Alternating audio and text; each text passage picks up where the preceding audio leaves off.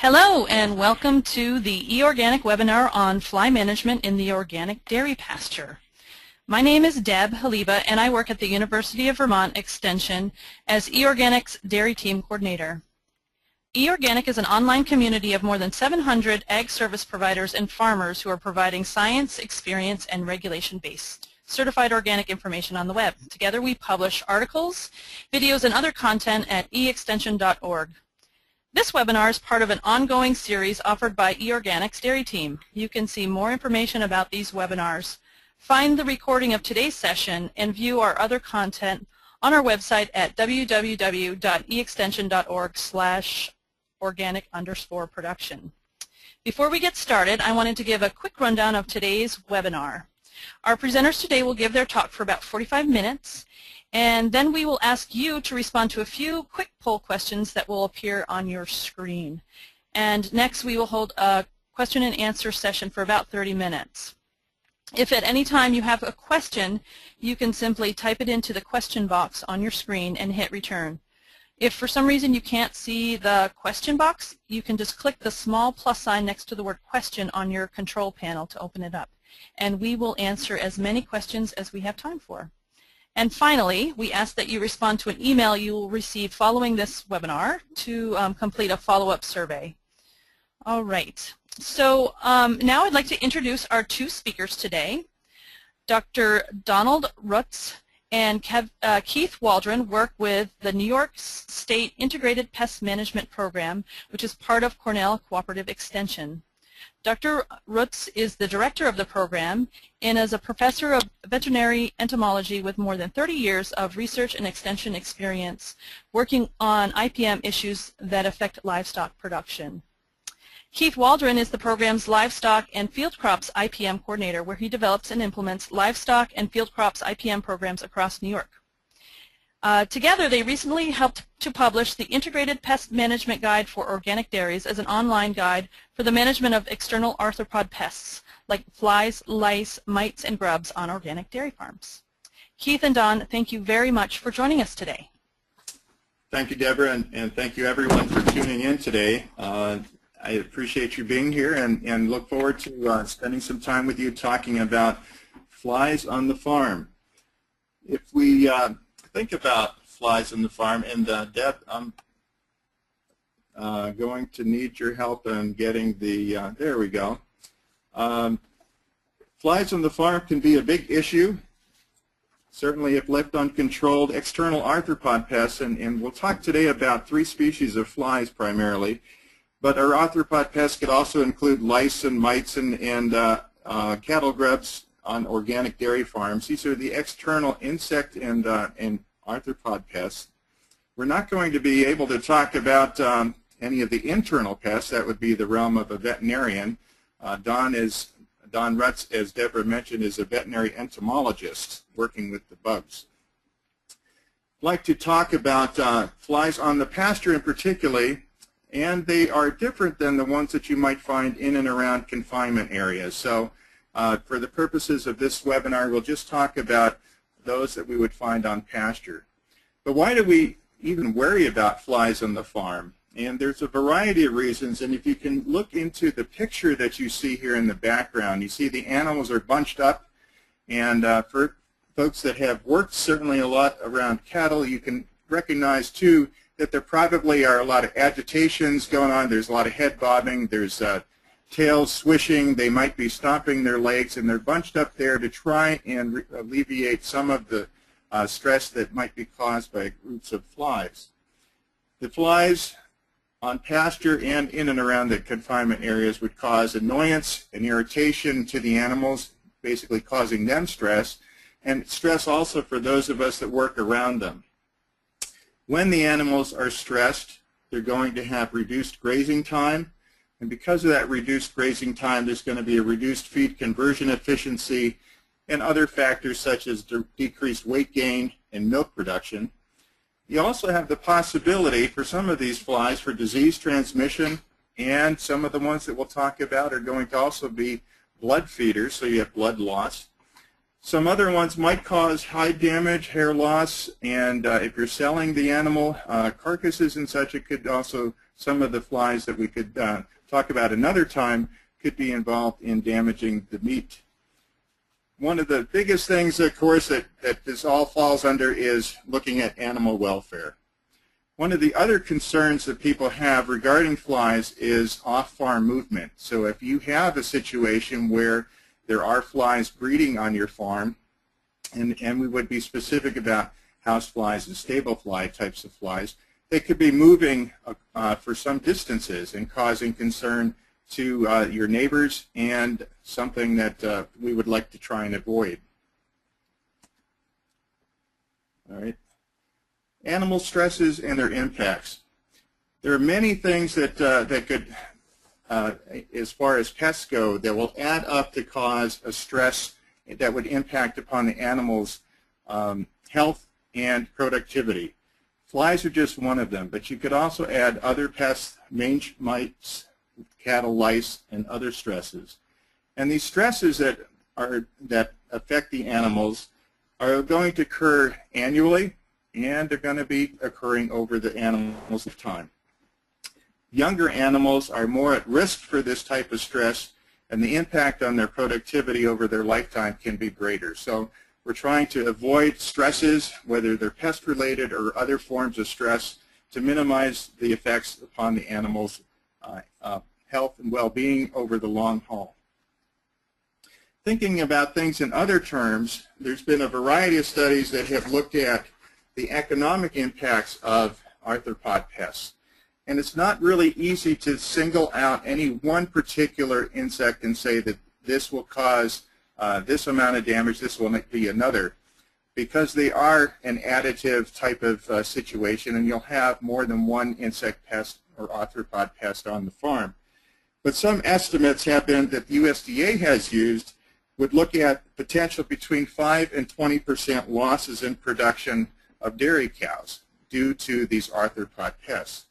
And if you look at this slide and think about it in terms of the current value of milk per hundredweight, you can see 17,000 pounds of milk on the bottom here per animal per year at $20 per hundredweight. Just use that as a guideline. 5% loss can really be rather significant, adding up to over $11,000 of loss per year, just due to these arthropod pests for a 65 cow herd. What we'd like to do today is to give you some tools to talk about some things that may be helpful in thinking about how to manage these pests more effectively, maybe give you some new ideas about how to approach them. And the way I like to begin this is to talk about it's in terms of an integrated approach. There's going to be more than one thing that can be brought to bear to kind of reduce the potential fly problems. The first thing that we'll talk about will be key pests and their correct identification. If we know what the pest is, then we have a much better idea about its life cycle and how it might be managed.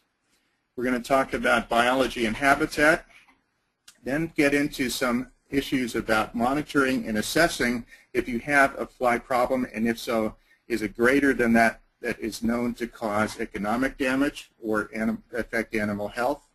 And we'll get into some of the control tactics that we have currently available. Thinking about flies on the farm, there are quite a few different ones that are common to those to cattle in North America. The ones that I've listed here are some of the ones that we commonly see in and around confinement areas as well as on the pasture, beginning with house flies, stable flies, face flies, horn flies, and such. Now, not all of those are going to be found in the confinement areas. Those would be primarily house flies and also stable flies. The ones that I have outlined here with the white arrows are the ones that are going to be affecting animals on pasture. And we're going to concentrate on 3 of these in particular in the time that we have available with us here this afternoon. Those will be stable flies, face flies, and horn flies. Later on in the presentation, I'll mention another one, or another two rather, that can cause problems for animals on pasture, and those would be the horse flies and the deer flies. But as you'll see, they all have very different biologies and offer us some different opportunities and challenges for their management. So I'll call them the big three, and these are some that are going to be common to many of our farms across the country: face fly, horn fly, and stable fly. The one thing that isn't common is that they're all flies, and the biology of how they can develop as a population is going to be very common as well. In this picture we see a fly life cycle, beginning with the adult fly, who lays eggs in a substrate that is suitable for that particular species. And you'll notice in our discussion as we go on that horn flies and face flies have a much different place that these eggs will be hatched or laid, hatched, and developed than will the stable fly.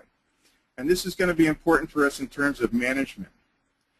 Once the eggs have been hatched, or wherever they might be in their habitat, they'll go through 3 larval instars, eventually forming a pupa, which is kind of it's the step right between the instars and the development of the adult fly. And all of these areas, or all of these particular or these life stages, can offer us some opportunities for management, either naturally or through mechanical means and such. And we'll talk about this in a little bit. The first fly that I'd like to talk about will be face fly. And as you look at the picture here, I think you can understand why it might have gotten that common name. This is a relative to the housefly. It's in the same genus, but it's a different species. And as you see, they have a tendency to be found on the animal's face, particularly around the eyes, around the nose, and on the face in general. They not only are going to be found on cattle, but they'll also be found on horses and other species as well. One of the things that you'll also notice here is on the top left picture, there's a lot of flies clustered around this poor cow's eye. The animals are being, the flies themselves are looking for secretions from the animal around the nostrils and around the eye, and looking for those secretions because they contain proteins which will help the females to develop their eggs. Now, one thing that we will mention here is that the flies that you see on the animal's face are going to be females, and they only spend a portion of their time on the animal as they pick up these from the secretions, the protein that they need for producing their eggs. Let's look at their biology a little bit more closely. These are non-biting insects, so they are not blood feeders, but they do have a rasping mouth part. And when they are around the eye, they are going to be kind of scratching the eye. They could cause some damage that way and provide some access to some potential diseases such as pink eye and eyeworm. As I mentioned, you're only going to find, or you predominantly will be finding, females on the animals. The males of this particular fly actually are pollen feeders and will be found outside or off of the animal on fence posts and in grasses and such, anyway, waiting for the females to come off of the animals. The face flies, the females spend about 10% or so of their time on the animal. About 90% of the time they're off of the animal. They go from an egg to an adult in about 3 weeks. They will overwinter as an adult fly, and they overwinter in places like attics, in the tops of barns, in church steeples and such, where you might also find other insects such as cluster flies and Asian ladybird beetles that overwintered in the winter in these upper attic areas. The habitat of these particular insects is going to be in fresh, undisturbed cow manure, and we'll talk about that in a moment.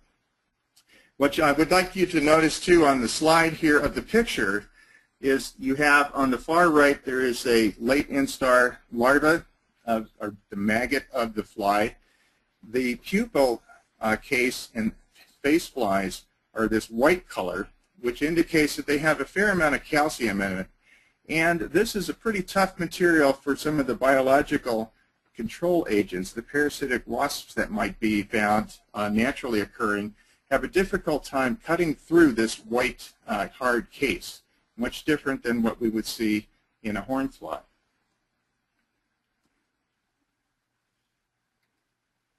The next fly I'll talk about is the hornfly. And you can see from the top center picture there a number of flies resting between the two horns on this young heifer here. And this is perhaps where they got the initial name hornfly, but it's probably more common to find these particular insects resting on the sides of animals, as you see here in the lower pictures. And during the heat of the day, they might move from the sides or the tops of the back and the neck area down underneath the animal. You can see also that there can be great numbers of them on particular animals.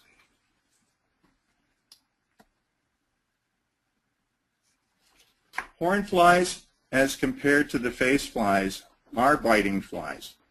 If you look at the pictures on the left-hand side where the red arrows are, those long projections from the underhead of the flies here are actually biting mouth parts. And they can give a pretty powerfully painful bite. And when you saw the numbers of them accumulated on the back of the animals, they are going to have an effect upon the animals, and you can imagine the animal's not going to be very comfortable at all. They're biting flies, and both the males and the females are biting flies, and both the males and the females spend the majority of their time on the animals. They have a life cycle similar to the face fly of 2 to 3 weeks. They can take up to 20 blood meals or so a day. So they're very hungry and can cause a lot of irritation to the animals. By contrast to the face fly, they don't overwinter up in the attics, but they overwinter as pupae underneath the cowpat or in the soil. And the habitat of the immature flies, where the eggs would be laid and where the larvae would develop, are going to be in fresh, undisturbed manure. Very similar in its habitat there to the face flies.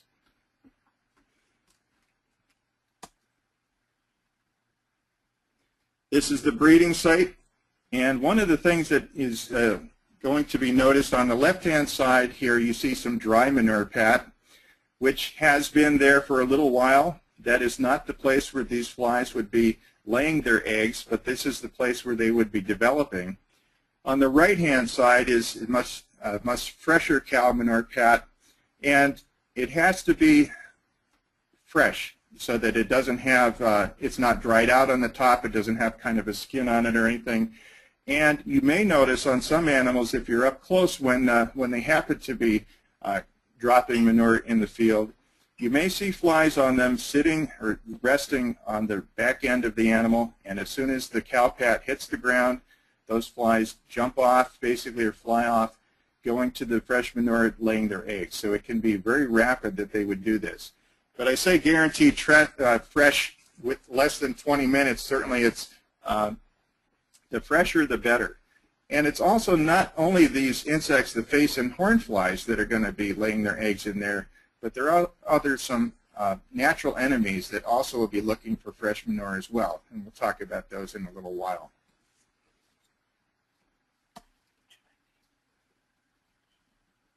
The last one of the flies, of the 3 flies that I'll talk about, is a very common one on not only on dairy farms, but also any of you that might live close to lakes might be familiar with this particular insect as well. Identification and biology of the stable fly. Stable fly has another name. It's called a storm fly. On animals, you'll see that they have a tendency to go for the lower ends of the legs. And you can see several here on both of the legs on the left-hand side, and they have a very nice biting mouth part, very aggressive. The insects cause the animals to stomp their legs to try and dislodge them. They can also cause a reaction locally to on the animal, where the animal might lose some of the hair around where the place was that they were bit. So the animals are agitated, the animals are stopping, and you see flies on their lower legs. This is an indication you probably have stable fly, and we'll show you a picture in a moment. But you'll also see the right-hand picture there with the arrow pointing towards the person's leg. They will not only attack the animals, the cows, but they'll also attack you, they'll attack our dogs, they'll attack basically anything that they can when they're hungry. What do they look like? Similar to a housefly, a little bit smaller perhaps, but you notice again, similar to what we saw on the hornfly, it has a biting mouth part, which is that projection out in front of the fly. And at the very end of that, it has a very aggressive mouth part with essentially what looks like little knives if you were to look at them with a very close-up picture, image, where they can cause a bite to get the blood that they need. This is, they're both males and females are going to be found feeding on the animals. They are not on the animals all the time. They will fly off and rest, but they do take a number of blood meals per day. And their life cycle, it takes about 3 weeks. They will overwinter as larvae and pupae. And where is their habitat? It's going to be different than hornfly and facefly, not in fresh manure, but found in moist organic matter. And this could be a variety of different types of sources. Some examples might be that we could commonly find on our farms could be around silage areas, it could be around a feed bunk, it could be around a large bale, a big bale out in the field where there's a soil organic matter kind of interface that has just enough moisture. It's not too wet, it's not too dry, it's just right. They can also, however, be found in other areas such as compost areas and grass clippings and lakeweed. So it's not only sources that are found on farm, but there certainly are a lot of places around the farm that this could be a place where stable flies could breed. The picture on the right just reminds me to say that they are pests that not only can occur in and around pastures in the places that we've talked about, but also certainly around the barn, the calf hutches, the loafing areas where you might find an accumulation of organic matter that has moisture. So silage areas, bedding of animals, feed bunk spills, these types of places. And these particular insects can fly great distances and go off-farm or come in from off-farm to your place. So it is a pretty ubiquitous insect. As I mentioned earlier, the weather patterns can carry these, and they can, another name for them has been called either biting houseflies or storm flies. Well, we've talked about 3 different species that we'd like to concentrate on here today. We've gone over the fly life cycle, going from the eggs to the larvae, the maggot stage, the pupae, and then to the adults.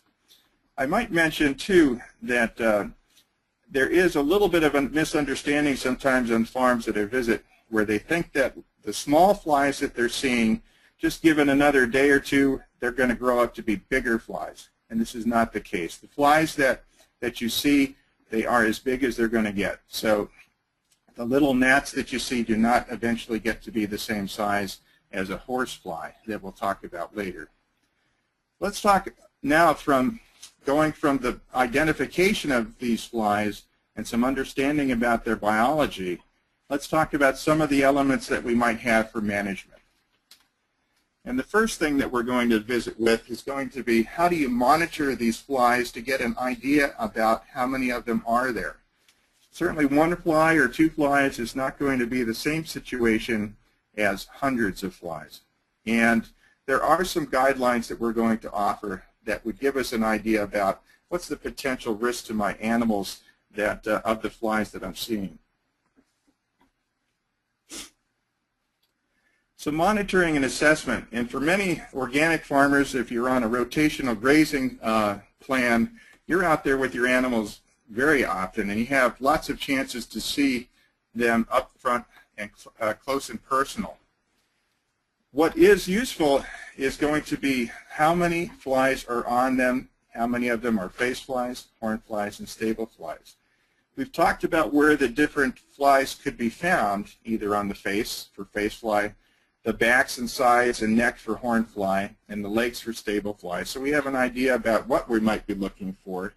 We want to get up close to the animals. You would like to look at standing animals to get the best look, particularly if you're looking for stable flies. And check the different areas where the flies might be found, face, back, legs, and such. The more animals you can look at, the better. We say 5 to 10, but certainly if you could look at 10 to 15, it's going to give you a better idea about what's the population. Because some animals may be more susceptible, they may have more on them on one day than on another, and what you have is the more information you have, the better the management decisions you can make down the road. We'd like to suggest to sample weekly. Certainly sampling daily is going to be even better, and at the same time of day if it's possible. What we're looking for is the best estimate so that we can make management decisions. And jot this information down. Keep a record of what's going on.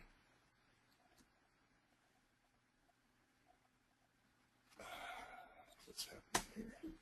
Sorry.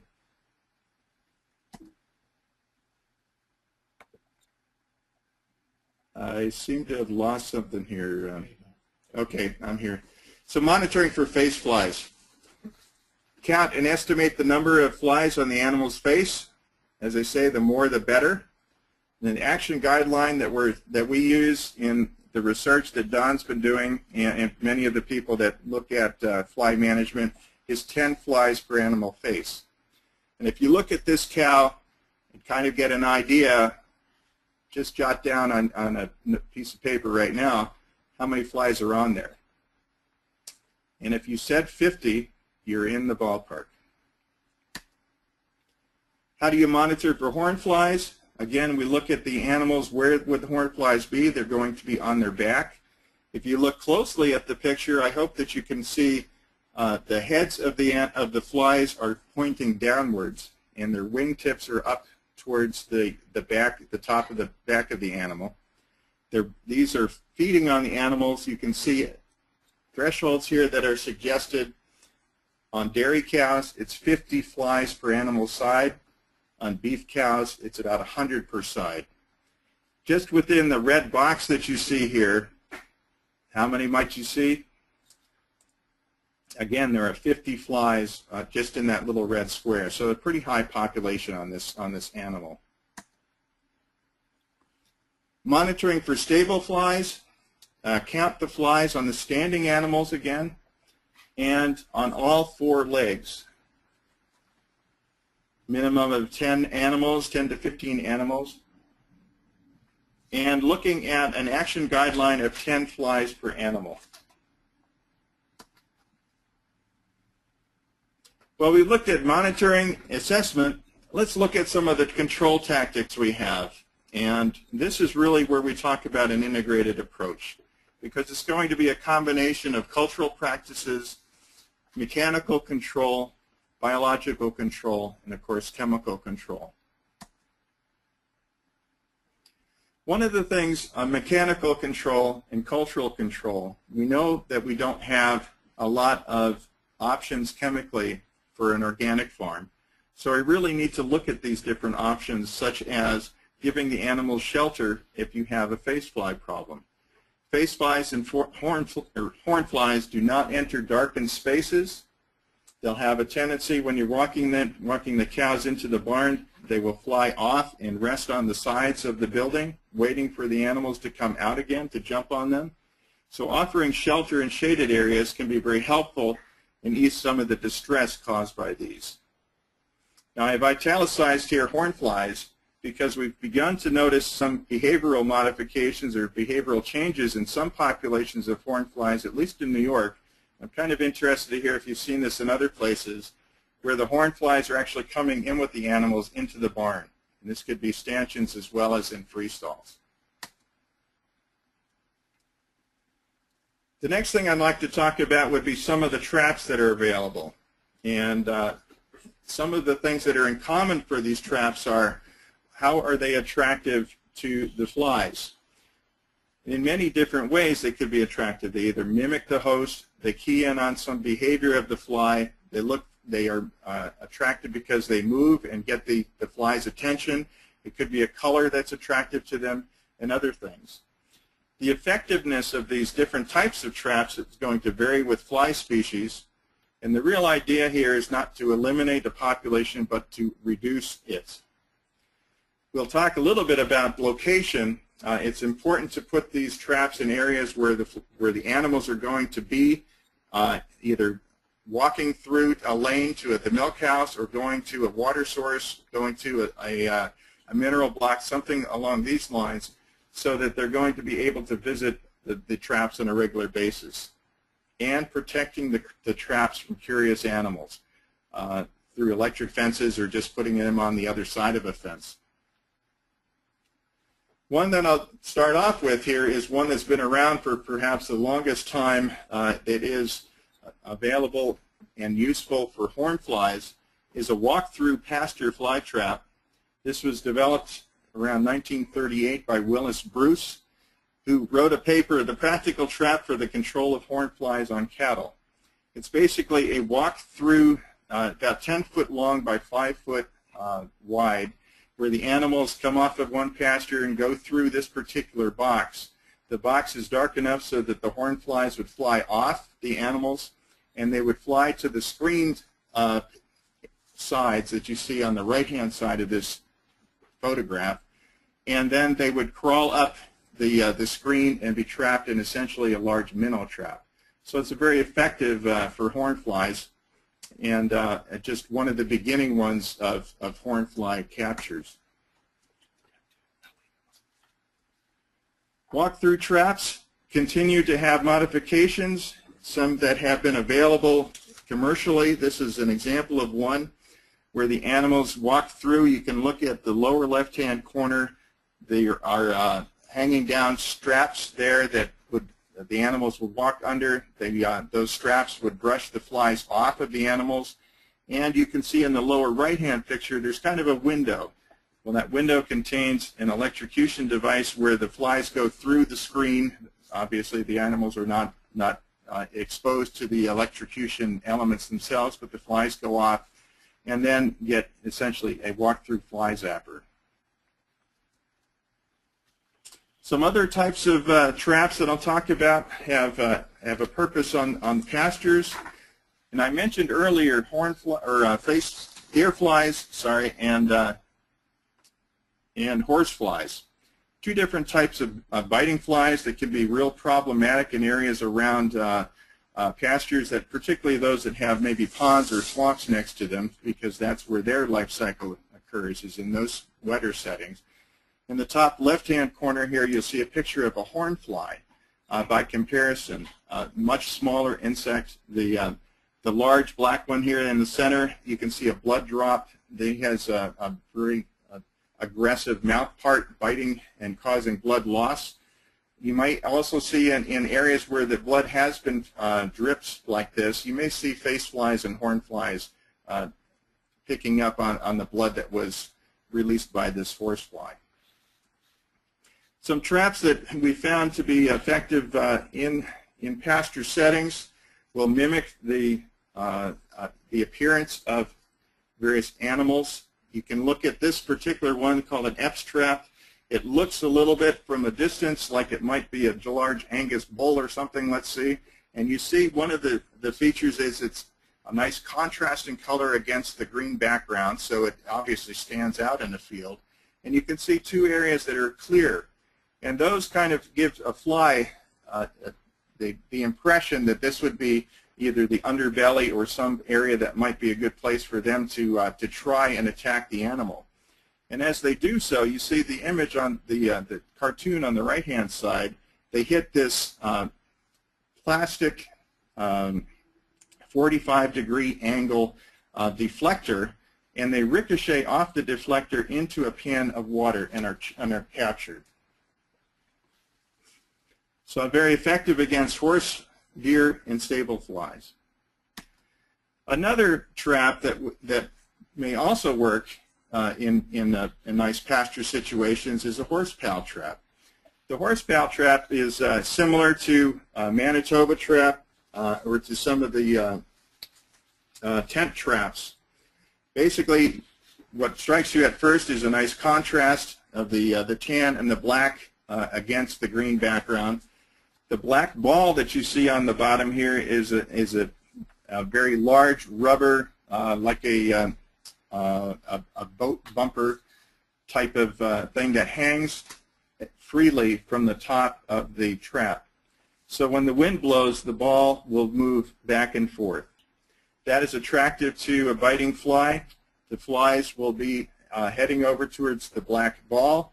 They rest on the ball. They realize that it's not exactly what they thought it was, and their natural tendency is to fly upwards. And in doing so, they see that there's light from above, and they see the screen here. And eventually they crawl up the screen, and eventually they are trapped in a minnow trap type of trap on the very top of the trap, and captured in these large plastic kind of mayonnaise jars in a minnow trap. So very effective against horse, deer, and stable flies. The next trap that I'll mention, and the last one I'll mention, is one called an Elsa Night trap. And it's called Elsa Night because this is actually the type of fiberglass that is being used in the trap. This Elsa Night material gives off light in a spectrum that is very attractive to stable flies. It gives off in the bluish spectrum. What you do is you stake this into the ground about a foot or so above the ground, as we see here, and you wrap the outside of it with a clear fly paper. And over time, after you have collected a bunch of flies, you remove that sticky fly paper and then replace it with a fresh one. Very effective in areas around where animals would congregate, such as what we see here by a waterer. Put it like you would any of the other traps away from the animals so they can't explore it or damage it in any way. This happens to be on the other side of that electric fence. And you can see it's already captured a fair amount of flies. One last control measure, the mechanical control that I'll talk about, is one that's in the literature a lot. We see it for disrupting the face and horn fly life cycle. Remember that those are developing in the cowpats, going through their egg, larval, and pupal stages. And if you can destroy those in some way, it's going to decrease the number of face and horn flies over time. One of the things that has been recommended is a chain and a drag harrow. It can be very effective. We hear from our growers that this also has issues with timing, and getting field access and timing can be an issue, particularly in those wet seasons or when everything else is happening on the farm that's requiring your attention. And another question that's come up has been pasture fouling. If you're moving the manure around, does that allow enough good grass available to the next group of animals that come in there the weeks or so after the field has been harrowed? One possible option that would fill in here could be pastured poultry, and things like Muscovy ducks and other chickens and such could be a way to also destroy the cowpats. We've gone from traps. I'd like to spend just a couple minutes. I wish we had more on the biological control. There are a number of different potential natural enemies that could be found in and around the pasture that would be natural enemies of the pests that we've mentioned. Things such as predaceous mites and predaceous beetles and even diseases of these flies and parasitoids naturally occurring. Not a lot is really known about how effective they are or what role different ones might play and how that could be enhanced. But I'll single out one group here, which is a habitat modifier. If the main flies that we're talking about, the face fly and the horn fly, are in the cattle dung and they're developing, if somebody else wants to move in there and take away part of the manure, that is going to be a good competitor for the developing horse and face fly and horn fly. And cattle dung beetles will play that role. Some of these, as I mentioned, some call it home, and there's 150 species of insects that can be found in cattle dung in North America. And the vast majority of these are going to be beneficial. And as I say, this is an area that is really prime for research because there's not a lot known about many of these beneficial species. The cattle dung beetles, this is an example of what could happen over time. This comes from Wes Watson, a veterinary entomologist at NC State, where he put 20 beetles into a cow pat and watched it. And this is over 3 days of activity where the beetles are using the cow dung as food, and then eventually they bury it. In North Carolina, they have a lot of the rollers and tunnelers to basically destroy the cattle dung. And in doing so, improve soil permeability, soil tilth, and nutrient recycling. There are three different kinds basically three different kinds of dung beetles: the tunnelers, the dwellers, and the rollers, and they all play a very important role in pasture pest management. Unfortunately, we don't have a lot of time to go into those, but that sounds like that could be a topic for another webinar. Chemical control, this is going to certainly vary from location to location, and I'll just mention some general things that all of us might consider. We all know that there's a limited number of registered pesticides, including repellents, that are available to manage flies and other external pests of cows. And this comes from our National Organic Program rule. All of the pesticides that you would have available need to be registered in your own state, and those pesticides that meet the 25B requirements are considered minimum risk and do not require registration. What I think all of us realize is, in working with any organic certifier, is to really look at what they allow and what they suggest and what is available and appropriate in your area. What I would suggest, though, whatever you might choose to use, keep records. Keep ideas about dates and rates and how well are these materials working. Getting materials out, I'll just mention a couple things here quickly. One is an oiler, the back rubbers, and dust bags. There's a variety of different ways that you can get materials to the animal that are self-application devices. The one on the left is an oiler, where you would have an absorbent material on a chain or something like this where the animals will go up and rub against. Some other designs certainly are back rubbers. Some others are going to have a feed bucket or something close to where the animals would have to go in through something to get various materials on them. The one on the right is a back rubber. It is designed to accept dry material. It would have a roof on the top which would keep it from getting moist. Dust bags, sorry. The last one that I'll mention here in self-application devices is an automatic sprayer. These are some that we have used for some of the work with synergized pyrethrins, so not anything that we would use with organic pyrethrins.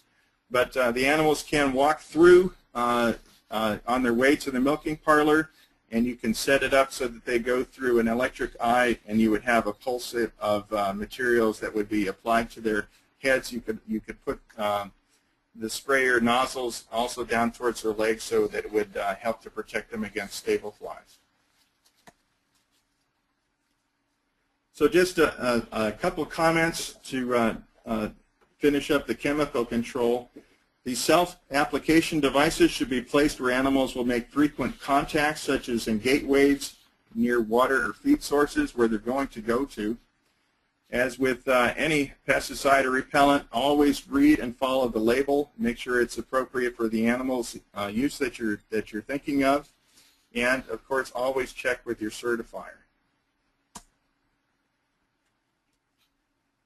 Well, we've gone through a number of different things today, and hopefully we have spent enough time and that you've gotten at least an an inkling of them. On any one of these slides, we could have spent a considerable more time, and I hope that you'll spend some time in some of the resources that I'll mention here in a few minutes. But we've identified 3 flies in particular that can cause problems for animals out on pasture: horn flies, face flies, and stable flies. We've talked about their biology and their management, how the face flies and the horn flies are going to be similar in that they're going to be laying their eggs, and their development is going to be in fresh cow manure. But the differences are the face flies are not biting flies, but they can agitate and irritate some of the areas that they're visiting for their protein sources, such as the eyes and the nostrils. The female face flies are the ones that you're going to see on the animal, and they're going to be predominantly on the face area. Horn flies, by contrast, they're male and females are both going to bite the animals. They are both blood feeders, and they'll both be on the animals for most of the time. Following that, we talked about stable flies, and these are the ones that are biting your animals at the lower legs, but they're also going to be the ones that could be biting you. And their development is going to be in moist organic matter as opposed to the fresh manure. And these flies and the other flies, they can travel off farm pretty easily. So managing them can be a challenge. We talked about control tactics, and I just brushed on the cultural ones, looking at different things that we can do in the culture, like the walk-through traps, through trapping, with some of the self-application devices, and harrowing as ways to minimize fly populations on the pasture. There's a lot of work that could be done in biological control and a better understanding about how insects such as the dung beetles can help us. And we talked a little bit about the chemical control and the options that we have and the methods that we have available to us to get those materials on the animals. I'd like to finish our program here with some resources, or just point you in some directions for additional resources. And a lot of the material that we have used in development of this webinar, as well as in our own resources, fact sheets and such, come from the hard work of many veterinary entomologists at the university and at the USDA. And I hope that you're fortunate enough to have one of those folks in your area that you can turn to, or go to a website to find more information. Certainly your cooperative extension office would be another good place to tap into resources. Your organic certifier is going to be an exceptionally important person for you as far as what can be used, and what are their requirements, and how to best stay appropriately to do the best things that you can to remain the organic farm that you are. Milk co-ops, certainly another good source of information and other resources.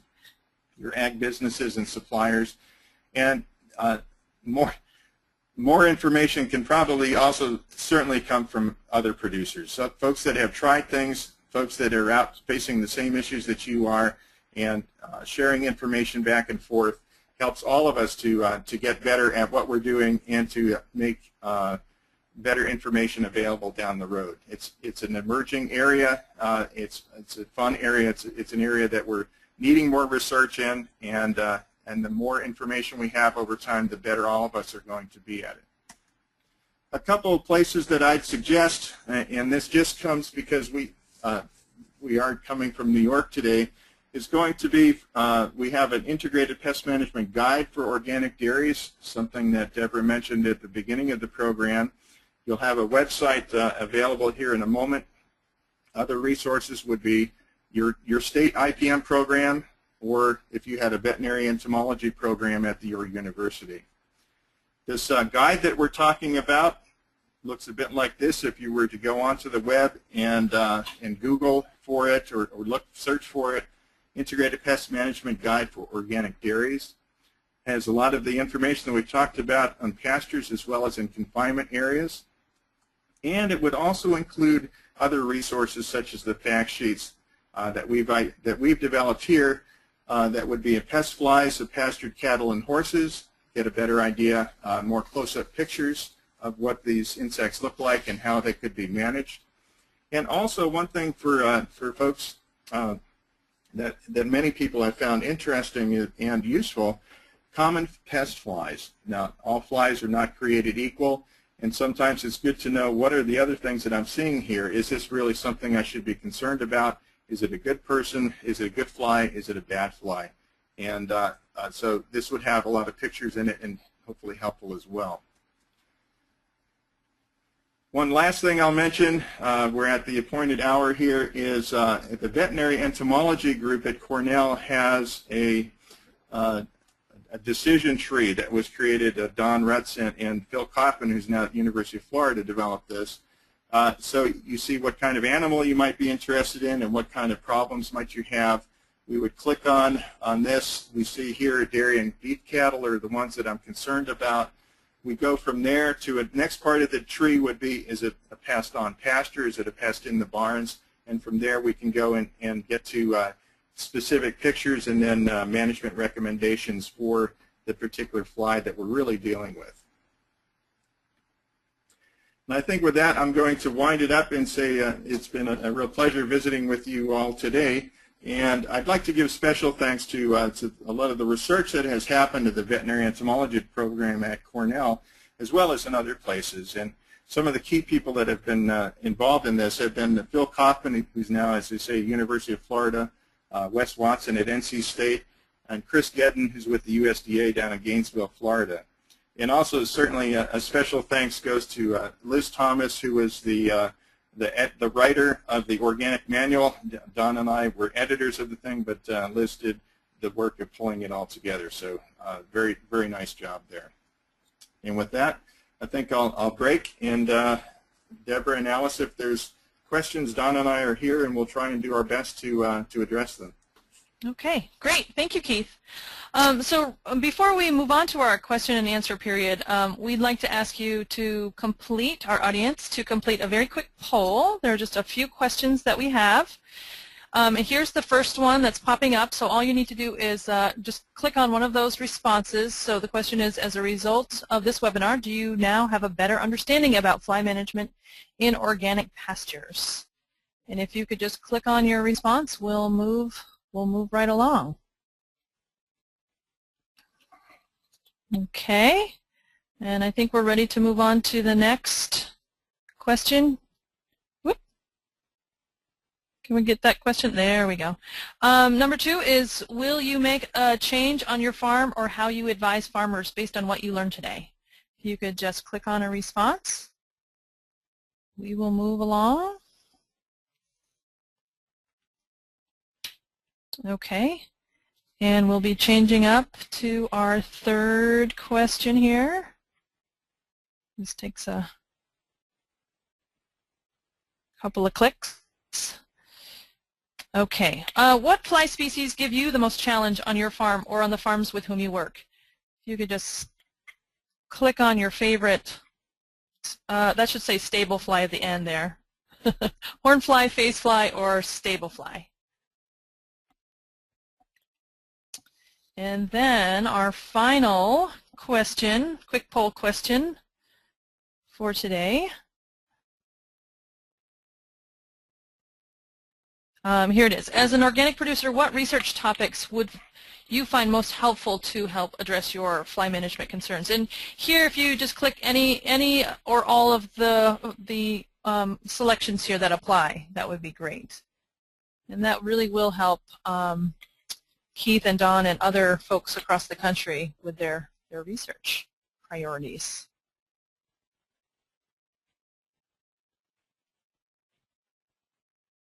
Excellent. Okay.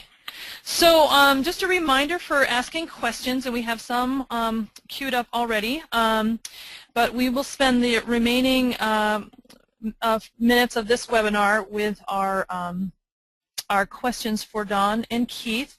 So as a reminder to pose a question, you just want to type it in the question box. If you can't, for some reason, see the question box, there's a you might see the word question and a little plus sign next to it. You just click on that plus sign and that'll open it right up.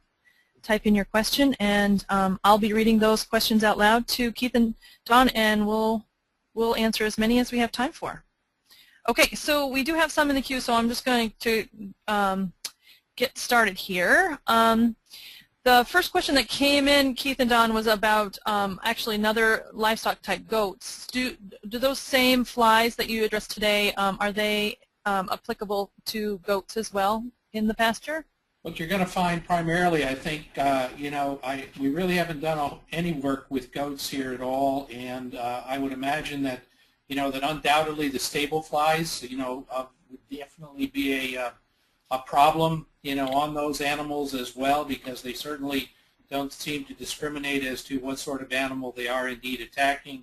With the face fly and horn fly, I doubt that you're going to have that much problem with goats, but again, I'm just speaking from, we've never gotten calls. We do have some goat producers here, but in all honesty, I've not heard of it to be that much of an issue. It would be interesting if, in fact, it is an issue, and if they could go through and use our website to try to identify those flies, that would be very good information for us to have in hand. Okay, great, thanks. This question has to do with the EPS trap that you showed. It says, how does that horsefly trap actually work, the one that deflects them into the pan of water? Okay, what that does, as Keith alluded to, it mimics a cow or a bull or whatever on the pasture, and you see those light areas. Flies love to fly underneath the animal, and there's actually two areas there that they can fly under that animal. There's two of those plastic areas, clear plastic areas that you have, and the flies will try to fly under the animal, and in so doing they'll actually hit that clear plastic, which will then send them down into the liquid, into the water, which will then drown them. And it's important when you put those EPS traps out that you really do keep the grass around them cut rather short, such that particularly that bottom tray continues to be as effective as the second tray up on the trap. Now, they've actually designed that to be both a permanently set trap as well as a portable trap, so you can get either of those at this point in time. And they do work quite well for they'll collect stable flies, but they're quite effective in catching large numbers of horse flies and deer flies as well. Okay, great. Here's a question. Have you used cedar oil mixed with vegetable oil as a spray or back rub treatment for fly control? No, we have not. Okay. Do you have a recipe for fly repellent spray? Do we have any secret recipes? I don't think either of us have any secret recipes. I do, as we get into in the back of the manual that we talked about, we did a lot of work going through things like the OMBRE recommendations and what would be appropriate for our certifiers locally, and they gave us a list of things that they allow. What we don't know and what we don't have great information on is how effective they are. We do know what they're certainly trying to target, but I think it's an excellent question. It's evolving, huh, as time goes by. It certainly is an area that that I would really love to see research dollars spent, such that we could really look into these with a lot more in-depth detail. And just for the audience too, I did put the hot link of the IPM guide in the chat pod, so you should be able to see that. Excellent, thank you. Sure. So this question has to do with dung beetles. Are there native species of dung beetles as far north as St. Lawrence County in New York? Are there sources to seed them onto pastures? There are native species in many areas, and in fact, Don had a group, a person working on this as a thesis a while back, well, actually 6 or so years ago, and they found, if I recall correctly, someplace around 20 different species naturally occurring here in New York. So St. Lawrence County, I presume that's in New York, but if it's not, in Northern County, you would expect to find some. Now, what you would find also is different species will be active at different times of the year. So you would have different populations going through time, but they would all have the same interest in devouring the manure pads. The second question about seeding areas with dung beetles, there's a little bit of concern in doing that and moving dung beetles from one area to another, in that you're not really sure what you're bringing. And some of these, they may not be adapted, they may not do as well, they may not survive as well, but they may also be doing things that we don't know, such as carrying diseases. So at this point, there are no commercially available dung beetle sources, at least in the U.S., that I'm aware of. Okay. Before we move on to the next question, I just wanted to back up to the goat question or discussion. We do have Wes Watson from NC State on our webinar today, and he just typed in stable flies, horn flies, and horse flies are a problem on goats placed on diversified farms that have cattle close by. And then we have another person from Tennessee who says, I have some 500 meat, sheep, and goats and consider flies to be minimal to no problem in Tennessee. So hopefully that will help the person that asked the goat question. Okay. Thanks, Wes.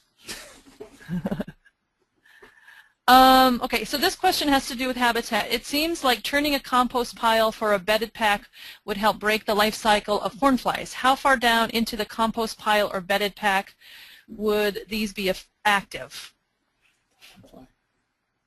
That was a question regarding horn fly, is it? Horn fly, I believe. Yep. Well, in the bedding pack itself, I don't think you're going to, the horn fly you're going to find primarily out on the, out on the pasture in that, manure pads. So if you're talking about bedding, the bedding in and around confinement areas, what you're going to have there probably is the, the stable fly and the, and the house fly developing there. And what we're seeing in like compost piles and that, at least all of our work here in New York, that most of that occurs right at the, the base of that, bedding, etc., where there's more of an opportunity for that bedding to be very moist. So that's where you end up with that, the eggs being deposited and the larvae developing. So as far as digging down deep in that, I think the bedding is going to get too hot for actual, development of the larvae in there, and you'll, and the pupae, the larvae are going to be crawling away from that bedding and pupating in other areas as well. Okay, so I have a couple of questions about adding things to feed. So there's one question here: is there any information on using diatomaceous earth added to feed as a fly larvicide for flies that use manure to reproduce? Do we have any information about that? We don't. We have not. We don't have any information. Perhaps there's some information from across the country. I don't know if Wes has some information there from North Carolina State. Okay, maybe Wes, if you have anything, you maybe could type in. There's also I'm assuming this is also something that cattle ingest. It's a product called Flies Begone mineral premix. This is supposed to make cows less tasty for the flies. Do we have any feedback on that? I don't have any information on that, unfortunately. Okay. How about elemental sulfur? Free choice? It's okay. Yeah. Oh, okay. Let's see. Okay, so there's a question about the Elsa trap that emits the blue wavelength. Elsa Night, yes. It's asking. This person is asking who supplies those, and then also, is there a modified trap that is easy to put up and inexpensive, like the walk-through traps? Electrodes would be expensive. A couple Do you have any things. comments on that? Mm-hmm. Yeah, for the Elsa Night trap, there's if you were to do a search for Elsa Night trap, biting fly traps, Brosey traps, or Olson traps. Those would probably bring you to a source that you could purchase them from. Second question. Oh, modified trap that's easy to put up and Sorry, inexpensive. the modified trap. You can find plans for developing that the Bruce walkthrough trap online, and I know Missouri has the plans available on a website. And then it's a matter of either accepting it as it is or modifying it in one way or another. And one way that people have modified it, as you saw in the second slide there with the electrodes, a window area has been helpful, but you'll need to have something in that window area that would at least capture the flies if you didn't have the electrodes, because yes, they could be expensive. And they're, anything with electricity could be prone to breakdown as well. So do a search on the web and you may come up with the walkthrough trap design to at least get you started. One of the things that we tried to do here, and this has been done actually over the past few years, is at those facilities where the animals are brought in twice a day for milking, it's obvious that the flies, for the most part, that are on those animals fly off and land on the barn around the door. And essentially what we were looking at was, could we design some sort of an inexpensive trap that would collect those flies in a trapping system? And then we also went and used those large sticky fly tapes and set those up around the door, and those work quite well in essentially catching the flies that would fly off the animals and fly up, and essentially be caught in that sticky tape. So that's something that perhaps could be tried to see if in fact it is indeed effective. The big issue that the thing that concerned me was the fact that we were starting to see horn flies, which we thought were not going to be pests in the barn area. That we had farmers that and I felt good about this. They were able to identify these flies, and we were getting calls that people were finding horn flies in the barn. And when we went to check this out, we found that indeed they were on the animals, and essentially they stayed on the animals throughout their milking and went back out of the barn on those animals. So it wasn't a matter of them merely staying on the animals and getting into the darkened barn, but they did continue to stay on those animals, were probably feeding on those animals, and then went back out with the animal. But trying something like sticky tapes or some sort of a trap, using the barn itself as the structure through which you move the animals, might be something that would work quite well for some people. Great, thanks, Don. So when using some of these traps with beef cattle who are rotated through pastures regularly, would they need to be moved? Would the traps need to be moved with the cattle, or follow the herd, or used in some other manner? Yeah, I think that one of the slides said location, location, location, and really you want to have the traps close to where the animals are going to congregate, and if they could be put close to where a water source might be, for example.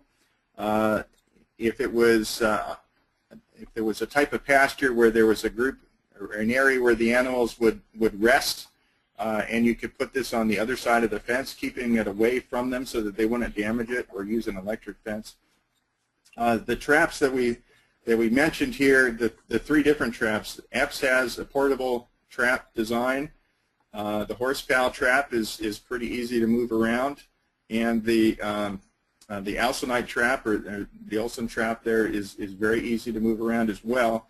And even I did read on eOrganic, there was one of the individuals talking about a walkthrough trap that they had set up that they could actually move with a four-wheeler, and that they put it in the lane going to back and forth to the milk house. It's not going to be effective for the beefers, but the Epps, the Olson, and the Epps, the horsepower, and the Elsa Night traps can be moved pretty easily from one place to another.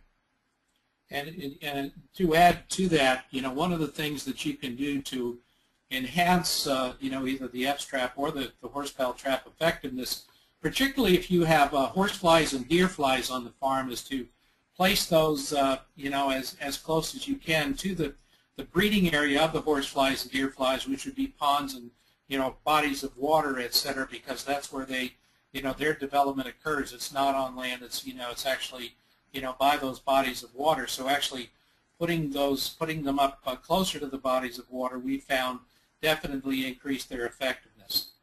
Just one more comment on them. One of the questions that oftentimes comes up, well, how many traps do I need? And that's really going to be something that will be determined on a farm-by-farm basis. Certainly one is good, more could be better, but you don't necessarily have to have one in every field, but what is going to make the most sense locally for you and what is affordable.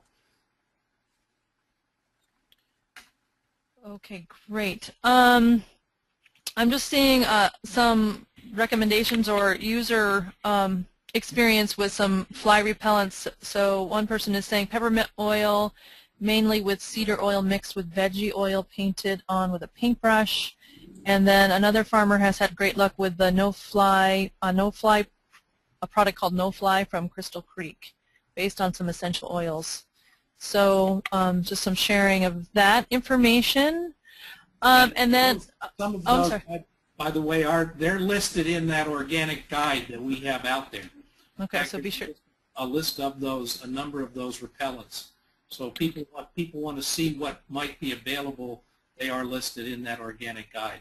The one you mentioned is by, there. Great. And then we have some responses about the diatomaceous earth discussion from Wes Watson and Roger Moon from Minnesota. So Wes from NC State says, we don't have any info on diatomaceous earth. We have discussed looking into the potential damage to the digestive tract. Right. And then Roger says, diatomaceous earth abrades insect cuticle and must be dry to be effective, which will not be the case in cattle dung.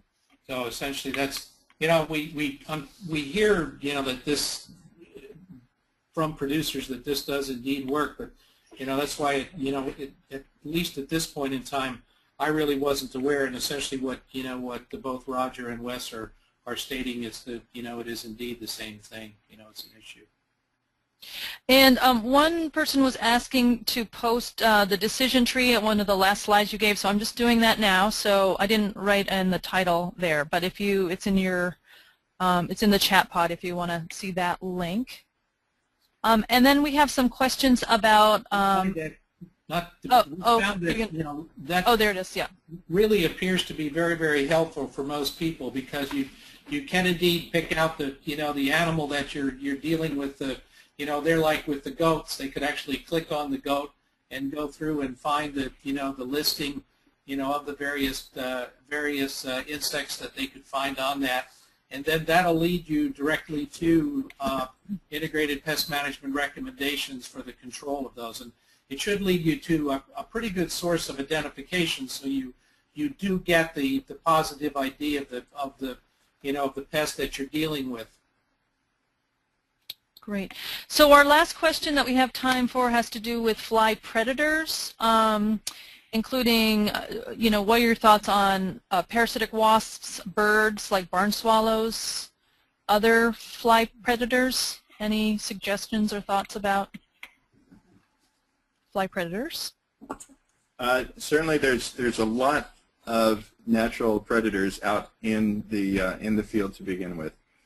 I think birds are certainly a very good option for they're naturally occurring. They're going to attack the adult flies as well as what they could find on the ground. Muscovy ducks were mentioned earlier. Pastured poultry is another one. Both of those would be a good way to destroy the cowpats. They're not going to be that discriminatory necessarily. They're going to eat horn flies and face fly larvae.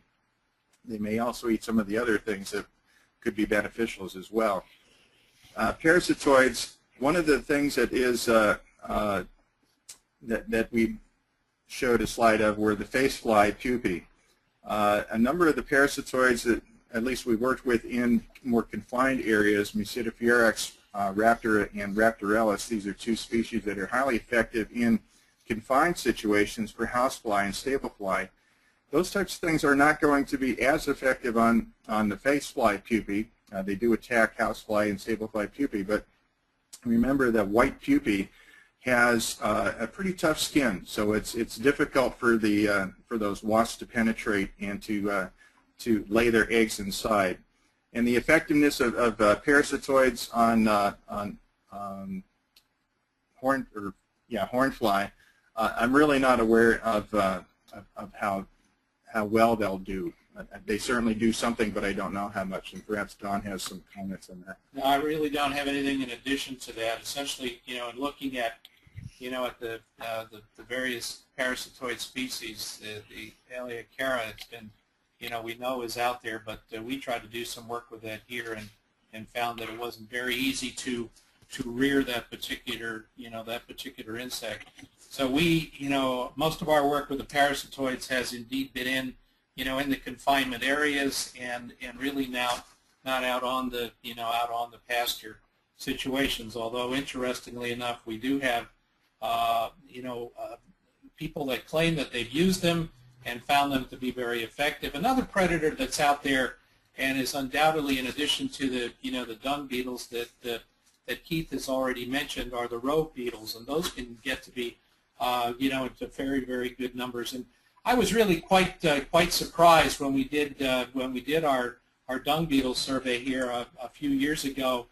There had been a survey done probably 40 years ago here in New York, and looking at those, and it was very encouraging to see that that we had large numbers of these dung beetles throughout essentially every pasture that we looked in. We were finding good numbers of these beetles, and we found that that the species diversity definitely had been increasing as well. So I think there's quite a lot of potential with the dung beetles, and again, just need a lot more research to be looking at these, to be looking at the impact of the the rogue beetles, to be looking at the impact of any other parasitoids that might indeed be out there and doing a good job for us, or that might be able to be brought in and introduced to do that good job. And of course, birds continue to be very, very effective predators of flies as well, both from the standpoint, depending on the bird, from the standpoint of the larvae as well as the adults. Great. Thank you so much. Unfortunately, we're out of time, and just in time because I'm hearing some feedback here. So I encourage folks that didn't get their questions answered to post them on the link right there, www.eextension.org/ask. Also, I would you can find the archive of today's session, recordings of our other webinars, as well as articles, videos, and more at extension.org/organic_production. Thank you all for coming, and thank you so much, Don and Keith, for sharing your time and wisdom with us. Thank you very much, everyone.